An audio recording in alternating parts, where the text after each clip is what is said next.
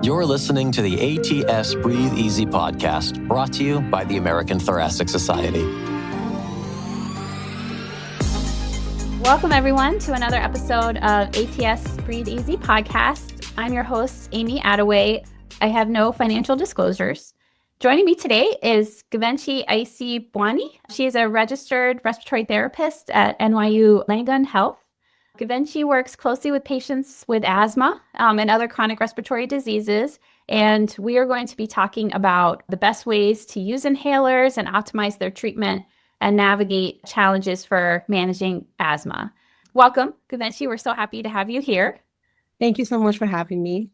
Our podcast is actually going to have some visual aspects. So if you would like to, also we'll be describing what's happening, but if you want to kind of see the visual demonstration of the inhalers, we are also recording it, which will be shown on our YouTube channel.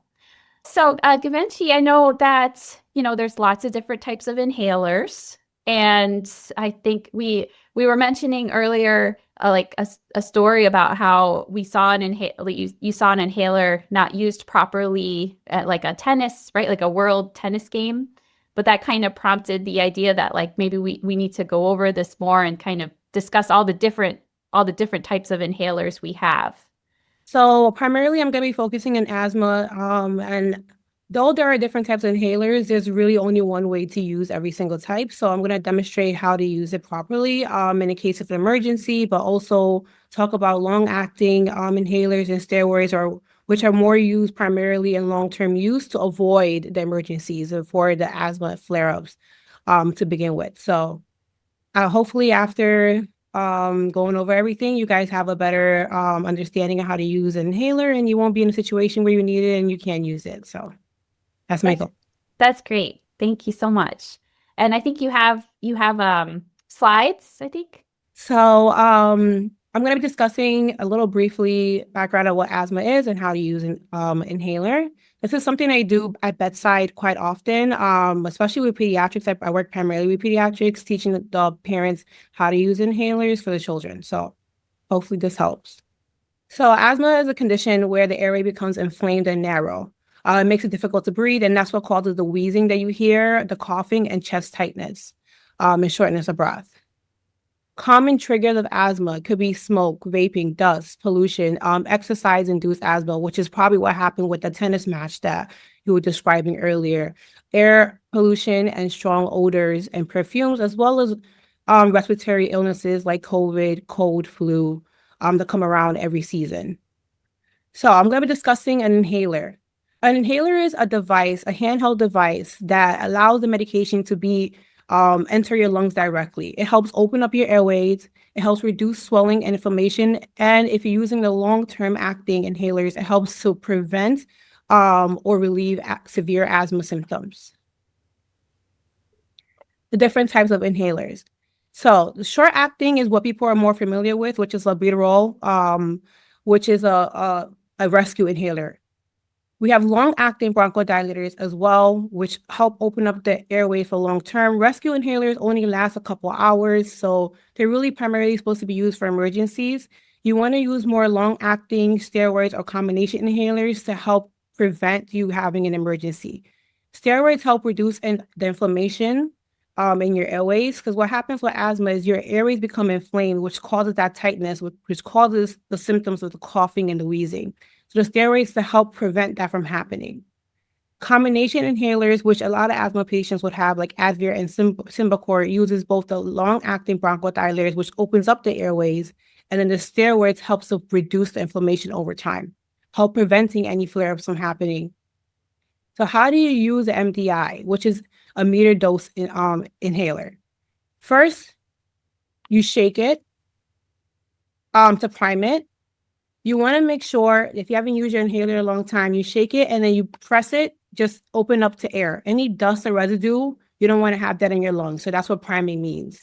You take a big breath out. You want to empty your lungs as much as you can. You place it in your mouth, you press it, and you inhale very slowly. Hold your breath for 10 seconds or as long as you can, then you exhale. You want to wait about 30 to 60 seconds before you repeat the second dose. Oftentimes, people get prescribed 2 puffs and just take it right away consecutively.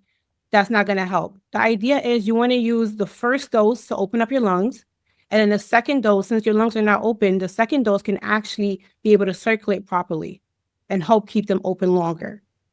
If you're using a spacer, it's a very similar way of doing it, except you're going to attach it to the end of the spacer, which I'm going to show you guys once I turn the camera back on. You're going to still prime it, open it up to air. You're going to put the mouthpiece in your mouth. You're going to press it, but instead of just inhaling and holding your breath, you're going to inhale very slowly.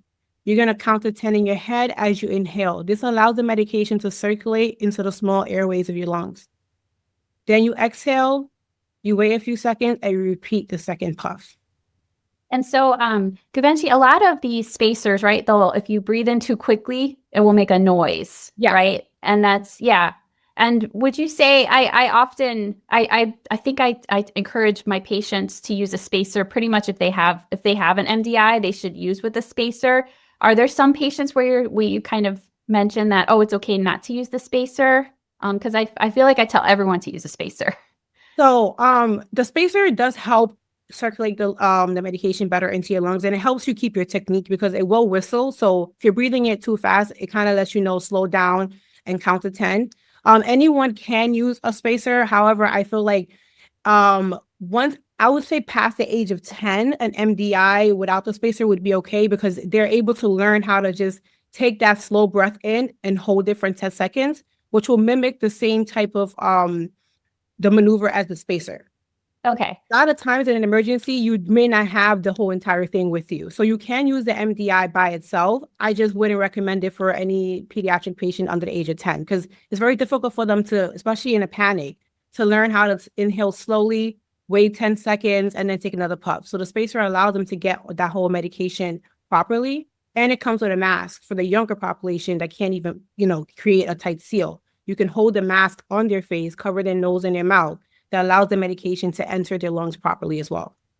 Yeah. Well, I predominantly see adult patients, but I have to say, I think that it's like going over the technique, like we talk about, right? Like you try to go over it at least every visit or every other visit because sometimes people forget and they kind of learn how to do it a little bit differently than how we recommend. So it's nice, right, to kind of see them, like make them demonstrate to you that they're doing it properly. And then, I think the spacer, that's a great point. I think, if our patients are obstructed or they're not doing well, you want them to use the spacer, right? Because they're able to get more of the medication in. Yes, correct. Yeah. So it's very important to know, use the inhaler exactly as it's prescribed to you. Always carry your rescue inhaler with you. If you have any of the steroids like Pulmicort, Symbicort, it's very important that you wash your mouth or your face if you're using a spacer and a mask because it can cause thrush or fungal infection as well. So you want to wash your face right after that. And then any questions, of course, ask your healthcare provider or pharmacist to check your technique as well. And right, like a lot of rescue inhalers now you might be using, they might have an inhaled steroid in them. So I do have the spacer here. Mm-hmm. This is how you would use it for adult patients primarily, right? What she was discussing earlier is that there's this flap right here. When you're inhaling, this flap will move. As you inhale and exhale, it will move. It's also supposed to help you kind of be a user-friendly way of knowing if you're breathing in properly. If you hear like a whistle sound, you're breathing too fast, just slow down.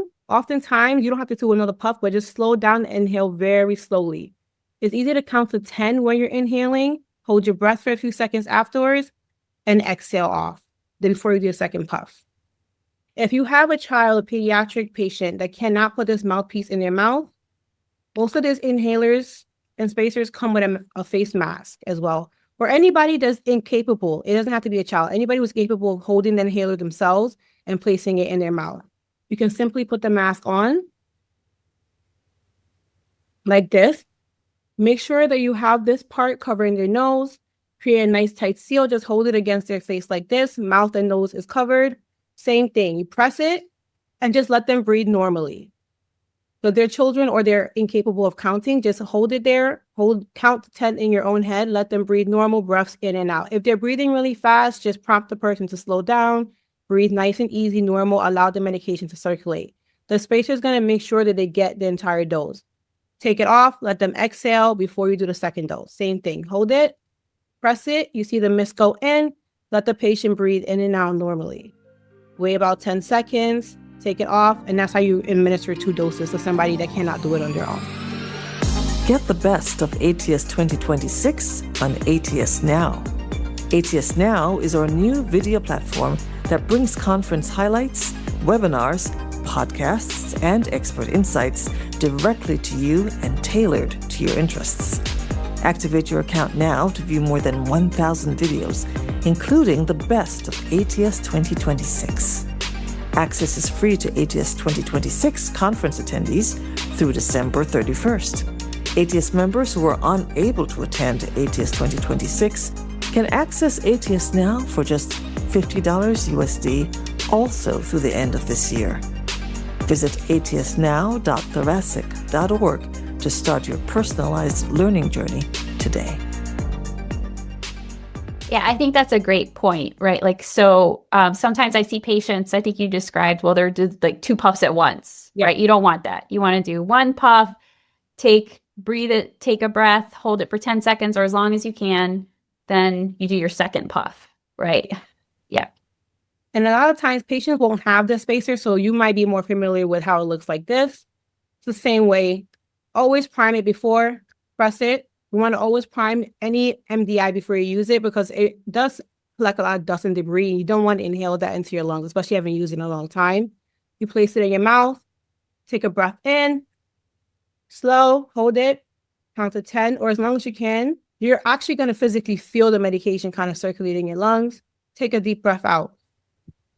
Before, like you said, administer the second dose. Same thing, press, inhale, hold for 10 seconds, then take a deep breath out. And are you, do you talk about we kind of talked about MDIs. Do you do any of the like DPIs, the dry powder inhalers with your patient? Primarily, no, yeah. Okay. Not primarily, no. But it's a similar way of taking it, except sometimes you do have residue in your mouth, so you do want to rinse your mouth afterwards with those.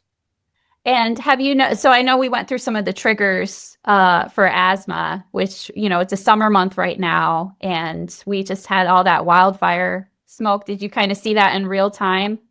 Because I definitely saw like my patients struggling with the air quality. Yeah. I did. Even I was struggling. And, even somebody who doesn't have respiratory illnesses who struggle with the air quality. I did see right now I'm working in the pulmonary function lab. So I work a lot with like the lung transplant patients primarily. So I did see a lot of the patients coming in requiring more oxygen than usual. They're saying they're using the MDIs more, and I advise them to stay indoors and wear a mask if they have to go outside. When the air quality is just really bad, especially if you have severe respiratory issues, I wouldn't advise you to go outside. If you do wear a mask. And it should be an N95, right? Yeah, for that, sure. The small particles, yeah. So going back to inhalers, so I know you work with patients all the time. What do you think are like the common mistakes that you see? Like what are some, and how do you troubleshoot that? The common mistake I see is the 2 puffs at the same time. Okay. A lot of times when it's prescribed, it just says 2 puffs on the actual box. It doesn't explain how to use it. So, it's common that you would think I just take 2 puffs in, 1, 2, and that should be fine. You're not getting any of the medication with that. So that's the common troubleshoot that I do. I just tell the parents. I work primarily with children, so most of my education is with the parents of the children. But I tell the patients to prime it, take a deep breath in, hold it for 10 seconds. I know you're panicking, just calm down, let the medication do its job, trust in it, exhale, take another breath in. You're going to feel better immediately, especially with the short-acting medications. Same thing with the long-acting medications. I tell them the same thing. Always take a deep breath in and hold it because you want to allow, these are inhalers, right? This is a mist form, even for the dry powder, it's still supposed to circulate into your lungs. You want to give it time to actually reach the smaller airways of your lungs.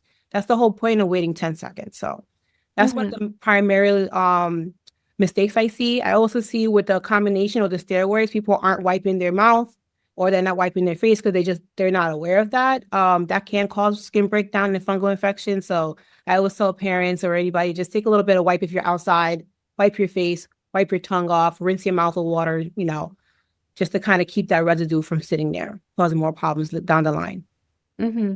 Yeah, I think that's one of the most unique things about asthma and COPD is that you're delivering the medication directly to the lungs, right? Most of the time when you take a medication, it's a pill, right? So you don't have to worry about all these things. But we see it over and over again that technique can make such a huge difference and really make a difference in patients' symptoms too. Do you think that, are there any other recommendations kind of that you give to, like you notice with children and their parents when using their inhalers? Do you kind of go through like their schedule or try to, any other thoughts? One of the things I've noticed now is like more what exercise-induced asthma with the population. A lot of kids will say like, I feel okay, but then after soccer or basketball, I feel like I can't breathe.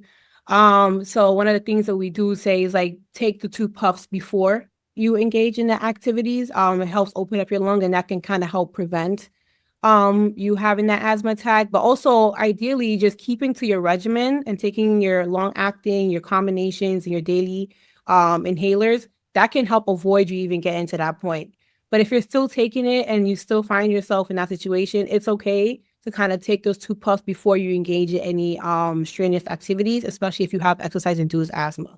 So that's one of the things that I've been kind of going over with some of the parents recently. Mm-hmm. A lot more recently now in the summer because they're all like, playing around with sports and stuff like that. So yeah, I think also, right, I recommend that to my patients who kind of know that their cold air, like dry cold air is like a big trigger and they're about to go outside.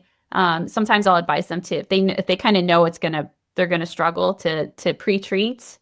Or even, right, like you put the scarf around I would always tell them, put the scarf around your mouth, like try to avoid that direct cold blast.